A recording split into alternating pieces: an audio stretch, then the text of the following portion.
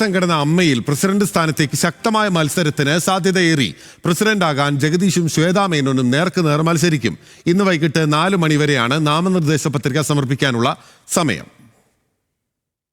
അമ്മ നേതൃത്വത്തിൽ നിന്ന് മോഹൻലാൽ ഒഴിഞ്ഞതോടെ പ്രസിഡന്റ് സ്ഥാനം ലക്ഷ്യമിട്ട് 1 ഡസനോളം പേരാണ് രംഗത്തുള്ളത്. ജഗദീഷും ശ്വേതാ മേനോനുമാണ് പ്രധാനമായും മത്സര രംഗത്തുള്ളത്. ഇരുവരും പ്രസിഡന്റ് സ്ഥാനത്ത് മത്സരിക്കാൻ നാമനിർദ്ദേശ പത്രിക നൽകി കഴിഞ്ഞു.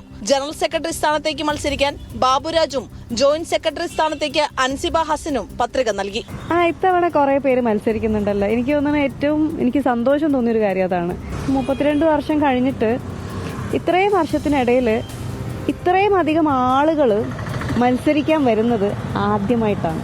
ജോയ് മാത്യു, രവീന്ദ്രൻ, ജയൻ ചേർത്തല, അനന്യ, സരയു, ലക്ഷ്മിപ്രിയ, അഞ്ജലി നായർ തുടങ്ങിയവരും പത്രിക നൽകി. 500ഓളം പേരുള്ള സംഘടനയിൽ നിന്ന് 100ലേറെ പേരാണ് തെരഞ്ഞെടുപ്പിൽ മത്സരിക്കാൻ നാമനിർദ്ദേശ പത്രിക നൽകിയത്. ഇന്ന് വൈകിട്ട് 4 മണിവരെയാണ് പത്രിക സമർപ്പിക്കാനുള്ള സമയം. സൂക്ഷ്മ പരിശോധനയ്ക്ക് ശേഷം വൈകിട്ട് 5:30 സ്ഥാനാർത്ഥി പട്ടിക പ്രസിദ്ധീകരിക്കും. സൈഫുന്നിസാലിയാർ, ന്യൂസ് മലയാളം, കൊച്ചി.